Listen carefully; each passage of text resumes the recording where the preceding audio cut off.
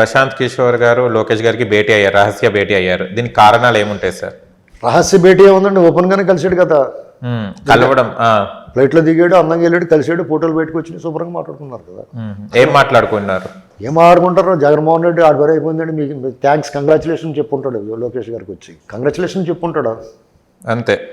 వాళ్ళ పని అయిపోయిందండి, వాళ్ళు దుకాణం సర్దేసుకుంటున్నారని చెప్పుకుంటాడు.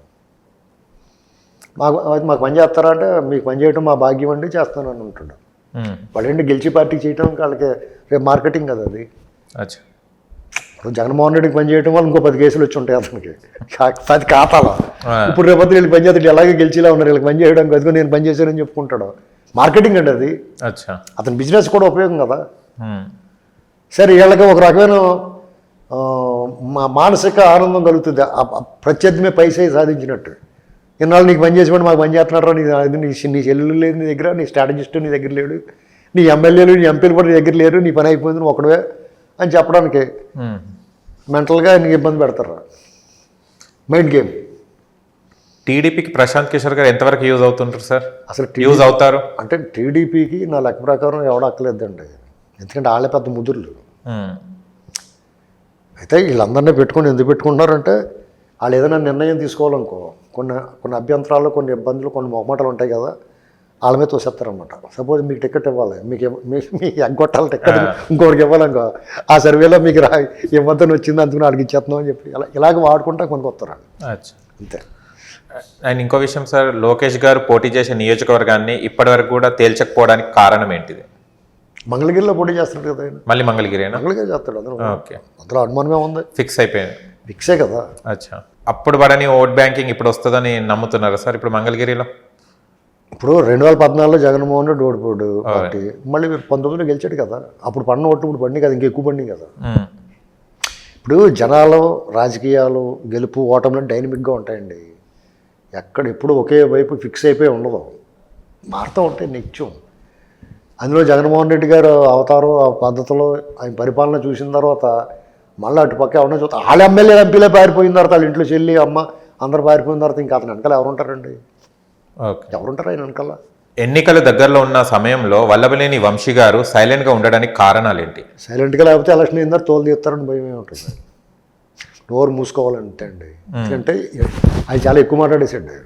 అచ్చా, ఇప్పుడు కొడాలి నాని అనుకోండి, ఇక అన్నీ ఎదం చెడిపోయాడు, ఇంకా నేను మాట్లాడినా తంతారు, మాట్లాడకపోయినా తంతారు అని చెప్పేసి ఇంకా అలా మాట్లాడుతున్నాడేమో తప్ప, ఏమాత్రం స్పృహ ఉన్నవాడు ఎందుకన్నా వచ్చిన గొడవ అనుకున్నవాడు కొంచెం ఒళ్ళు దగ్గర పెట్టుకుని మాట్లాడతారు. సార్ చూస్తే కనుక టీడీపీ అమరావతి స్టాండ్లో కృష్ణా జిల్లా, గుంటూరు జిల్లాలు క్లీన్ స్వీప్ చేస్తుందా? మీరు కృష్ణా గుంటూరు జిల్లా అనే ఏముందండి, శ్రీకాకుళం నుంచి నెల్లూరు జిల్లా వరకు కూడా టీడీపీ జనసేన కూటమి క్లీన్ స్వీప్ చేస్తుందని నా అభిప్రాయం. మాకున్న సర్వేలు కూడా అలా ఉన్నాయి, నాకు సంబంధించిన సమాచారం కొంతమంది ఇచ్చారు అలా. అలాగే రాయలసీమలో కూడా వైసీపీ చాలా డిజాస్టర్ అయిపోయి ఉన్నాయి. నా అంచనా ప్రకారం రేపు చాలామంది ఆయనకు 25-30 సీట్లు వస్తాయంటున్నారు ఈ సర్వేలో కూడా. నా అంచనా ప్రకారం సింగిల్ లార్జెస్ట్ నెంబర్ 9, ఆ 9 నెంబర్ చేరుకోవడం కూడా చాలా కష్టం అతనికి.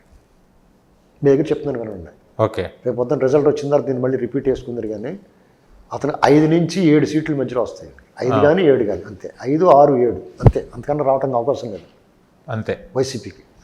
ఎందుకంటే అతను స్వయంకృతం, అది ప్రజల తప్పు కాదు, ప్రజల తప్పు ఏమీ కాదు, వాళ్ళని విసిగించి వేపుడు వేసేసుకున్నాడు వాళ్ళని. చేత ప్రేమ ఉన్న వాళ్ళు కూడా చూడండి, ఒకసారి మెర్సీ కిల్లింగ్ చేస్తారు కదా, మెర్సీ కిల్లింగ్ తెలుసు కదా, ప్రేమ ఉన్నా కానీ చంపేస్తారు, అలాగే ఓడిస్తారు ఆయన. జగన్మోహన్ రెడ్డి గారి పార్టీని మెర్సీ కిల్లింగ్ చేస్తారు ప్రజలు. అంటే మెర్సీ కిల్లింగ్ చేయాల్సినంత అర్హత ఆయన లేదు, కానీ ఆయన మీద ప్రేమ ఉన్న వాళ్ళు కూడా ఆయనకి వ్యతిరేకంగా ఉంటారు అనుకోండి. డెఫినెట్గా సగటు పౌరుడు అతని వైపు ఉండడం, చిరు వ్యాపారులు, వ్యాపార వర్గాలు, ఎలైట్ పీపుల్, ఉద్యోగస్తులు, చదువుకున్న వాళ్ళు, కొత్తగా అంగన్వాడీలు, వీళ్ళందరూ దూరం అయిపోయారు అతనికి. అతన్ని ప్రేమించిన వాళ్ళు, ఆరాధించిన వాళ్ళు, గౌరవించిన వాళ్ళు, గుర్తించిన వాళ్ళు, రకరకాలుగా ఆయన్ని ఇష్టపడ్డ వాళ్ళు ఉన్నారు కదా, వాళ్ళు కూడా అతను దూరం అయిపోయి మెర్సీ కిల్లింగ్ చేస్తారు ఆ పార్టీని.